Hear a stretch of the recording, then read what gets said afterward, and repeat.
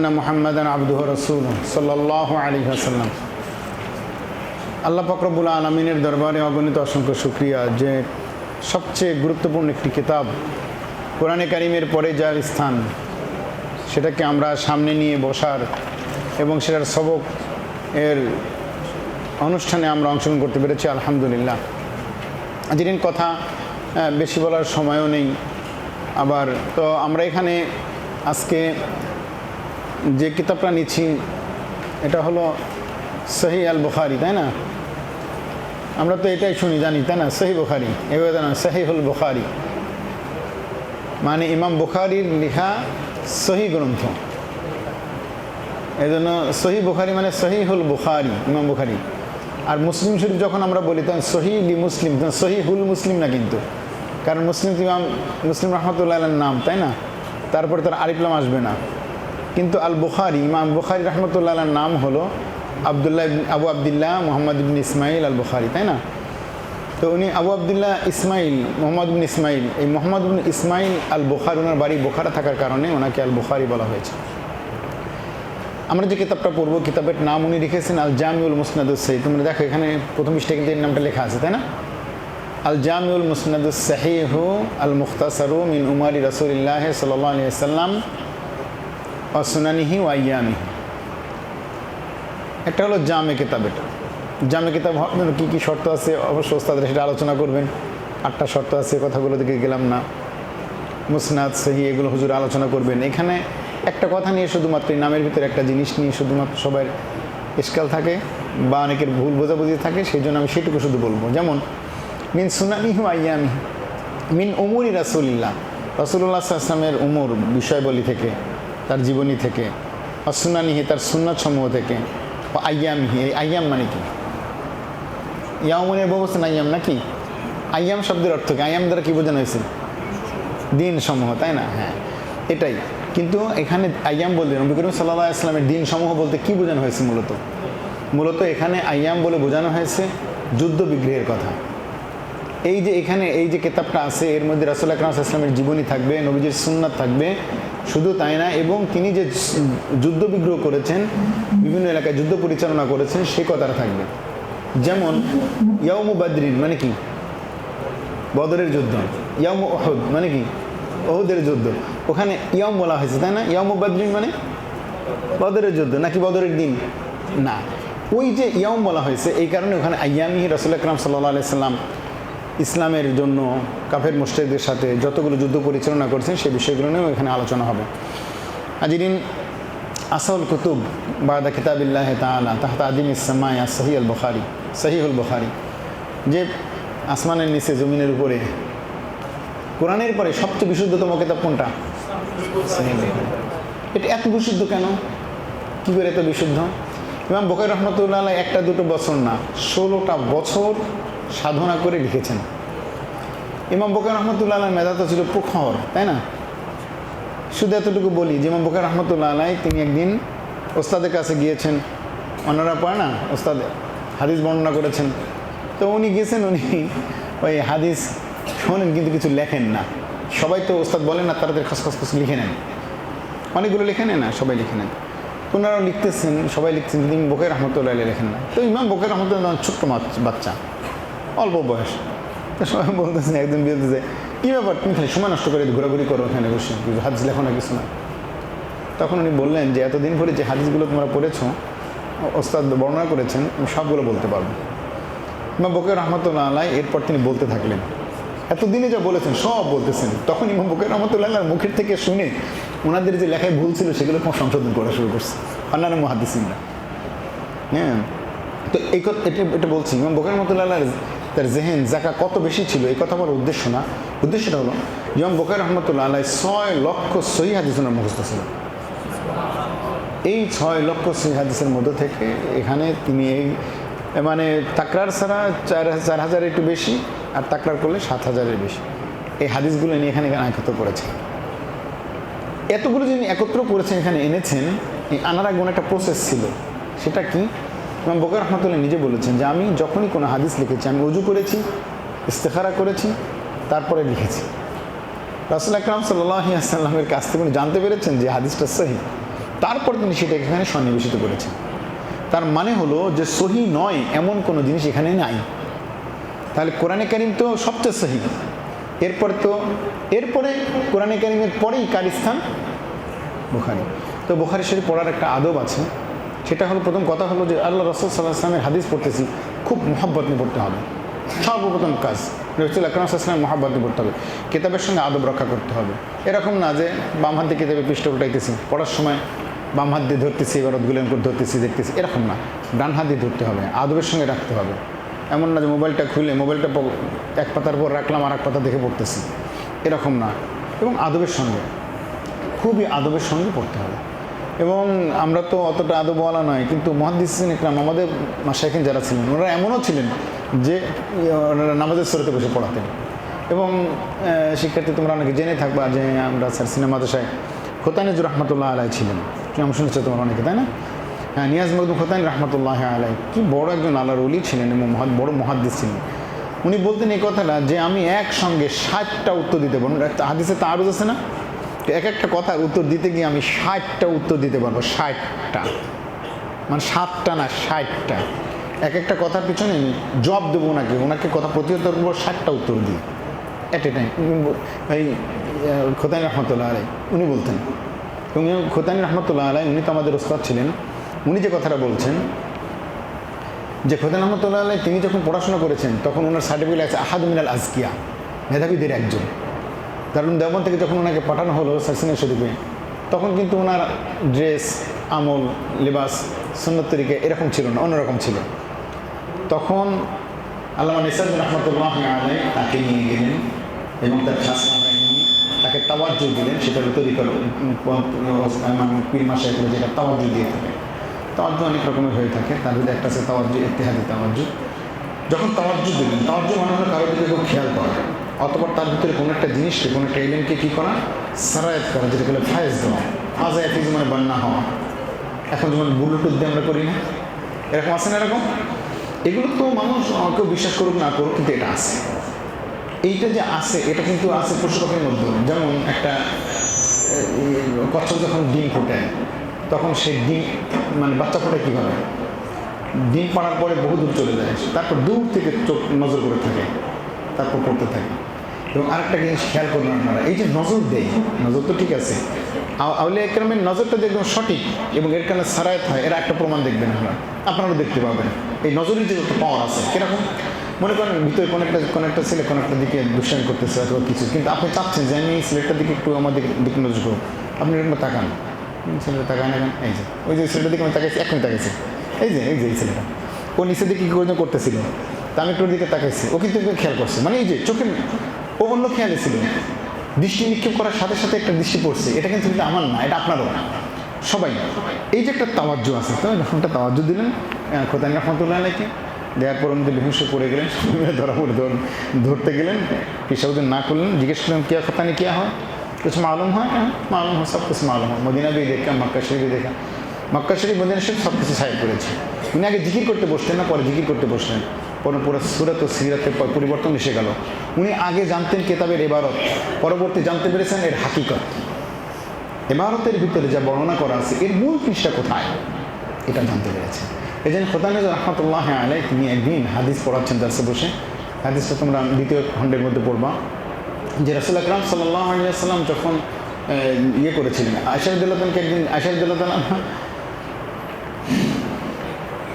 রাসূল আকরাম সাল্লাল্লাহু আলাইহি ওয়াসাল্লামকে জিজ্ঞেস করলেন যে রাসূলুল্লাহ আপনার জীবনে সবচেয়ে কষ্টকর দিন কোনটা গেছে? তখন বললেন যে দেখো, তোমার কওম যখন আমাকে খুব বিট্টে করতেছিল, কেউ আমার কথা শুনতেছিল না, মানে কুরাইশ লোকেরা, এবং তাইফের ময়দানে মানুষজন যখন আমাকে কী করতেছিল, পাথর মেরে নিক্ষেপ করছিল, আমি কার কাছে গেছিলাম, এর কাছে গিয়ে দিন প্রচার করছি, ওর কাছে দিন প্রচার করছি, সবাই আমাকে তেড়ে দিয়েছে। শুধু তাই না, এমনভাবে পাথর নিক্ষেপ করেছে যে আমার পিছনে মানুষ লেলিয়ে দিয়েছে। একটা পাথর পা নামিয়েছে, পাথর মারছে, আর একটা পা উঠাইছে, তারপর পাথর, এইভাবে ছেলেপেলেরা পাথর মারে নিক্ষেপ করছে।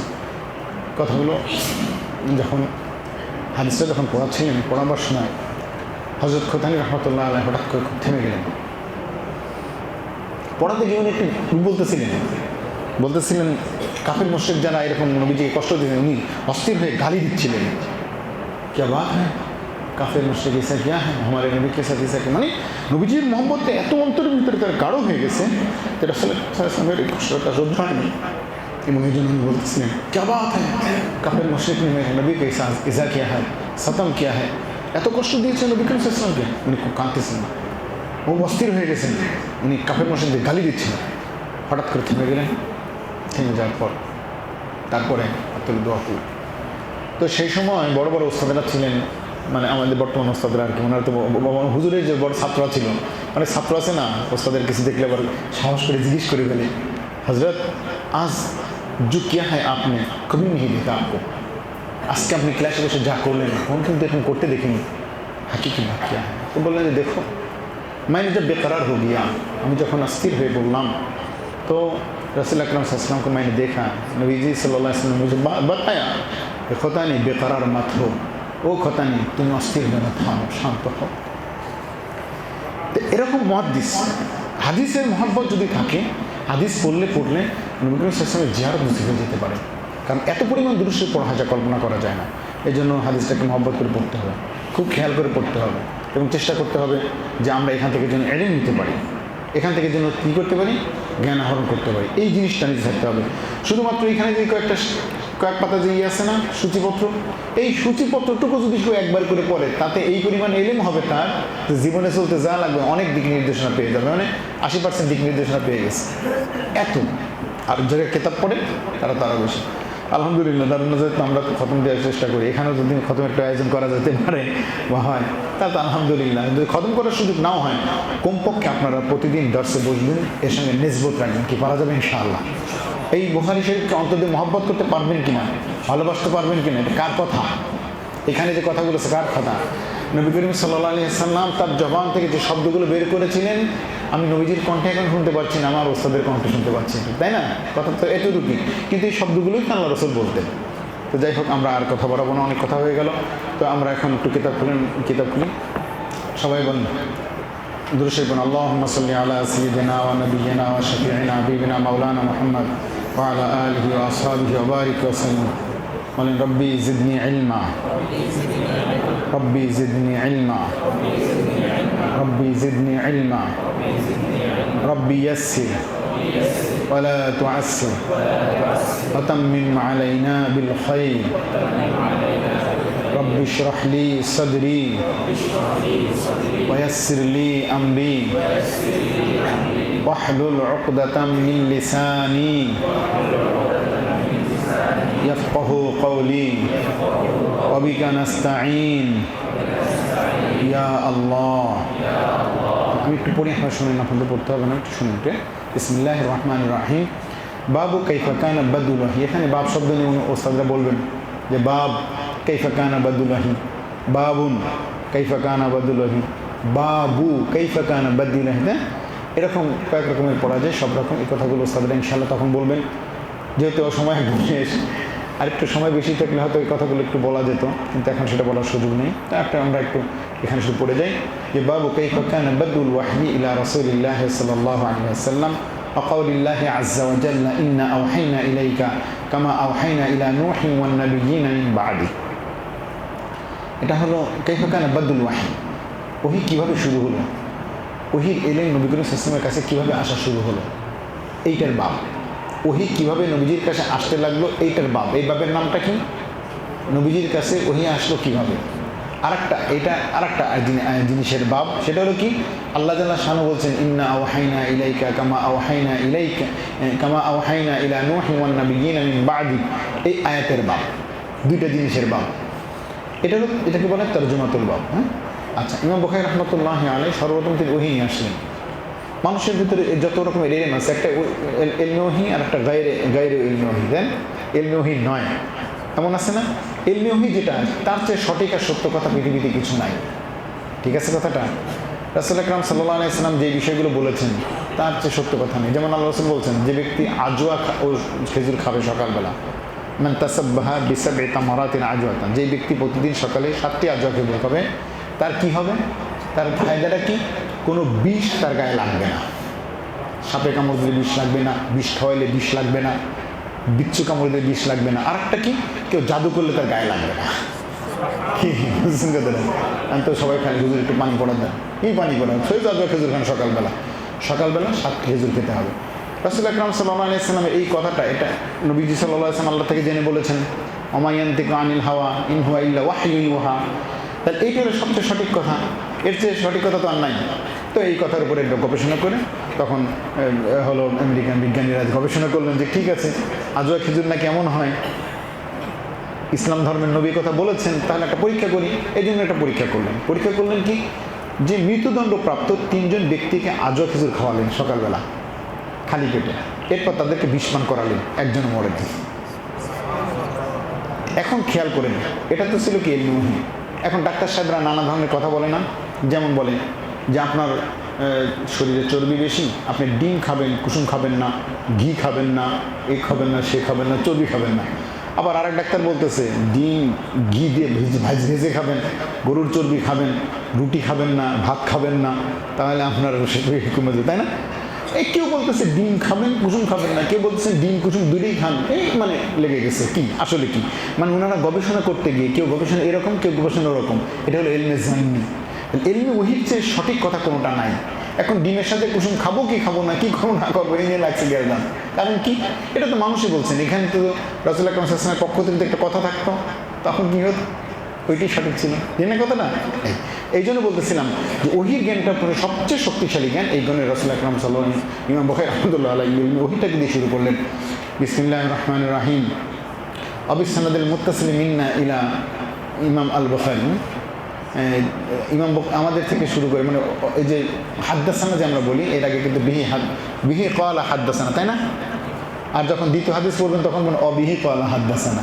তো বিহি মানে কি, আবিসনাদিল মুত্তাসিল মিন্না ইলাল ইমাম আল বুখারী রাহিমাহুল্লাহ, তাই না? অথবা বলতে পারেন আবিসনাদিল মুত্তাসিল মিন্না ইলা রাসূলিল্লাহ সাল্লাল্লাহু আলাইহি ওয়াসাল্লাম। ইমাম বুখারী রাহমাতুল্লাহি আলাইহি পর্যন্ত, ইমাম বুখারী রাহমাতুল্লাহ থেকে নবী সাল্লাল্লাহু আলাইহি ওয়াসাল্লাম সেটা এখানে লেখা আছে।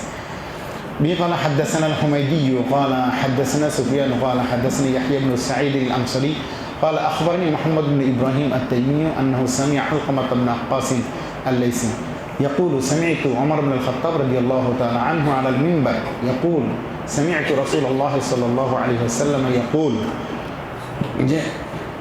علقمة بن وقاص الليثي তিনি বলতেছেন যে আমি ওমর ইবনে খাত্তাব রাদিয়াল্লাহু তাআলা আনহুকে মিম্বরে দাঁড়িয়ে বলতে শুনেছি। তিনি বলতেছেন যে আমি নবী সাল্লাল্লাহু আলাইহি ওয়াসাল্লামকে বলতে শুনেছি, ইন্নামাল আ'মালু বিন্নিয়াত, সমস্ত কাজের ফলাফল নির্ভর করে নিয়তের উপরে। এখন ইন্নামাল আ'মালু বিন্নিয়াত, এই কথার অর্থ কি?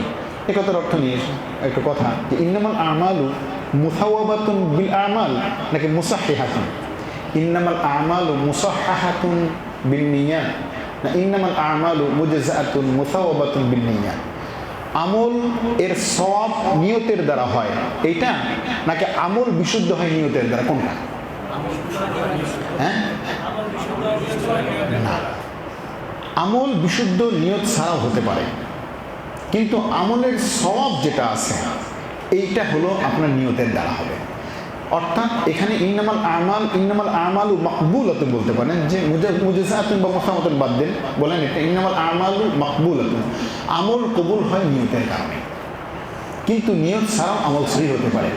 কি বলবো, একটু সন্দেহ লাগতেছে, কেমন লাগতেছে, তাই না? কথাটা হলো এরকম, যেমন আপনি কোনো একটা ব্যক্তিকে, মানুষকে দেখাবার জন্য নামাজ পড়তেছেন, যে তাড়াতাড়ি যাই, কারণ হলো কি সভাপতি সাহেব আছে, যদি নামাজ না পড়ি খুব যেই যাবো, এই মাদ্রাসা ছেলেপেলে নামাজ পড়ে না, সভাপতি সাহেব একটা বুঝ দিয়ে আসে, এই কথা বলে অজু করে নামাজ পড়তেছে, একদম অজু করেছে ঠিক মতো, তারপরে সম্পূর্ণ ঠিক মতো নামাজ পড়েছে, নামাজের ভিতরে রুকু সেজদায় কোনো ঘাটতি করেনি, এই ব্যক্তির জোহরের নামাজ আদায় হলো কি হলো না? হয়েছে, সে দায় থেকে মুক্ত। কিন্তু এই নামাজটাকে আল্লাহ তাআলা কবুল হয়েছে? হয় নাই। কেন হয় নাই? কারণ সে নিয়তের ভিতরে কি রাখছে? কাকে খুশি করার জন্য?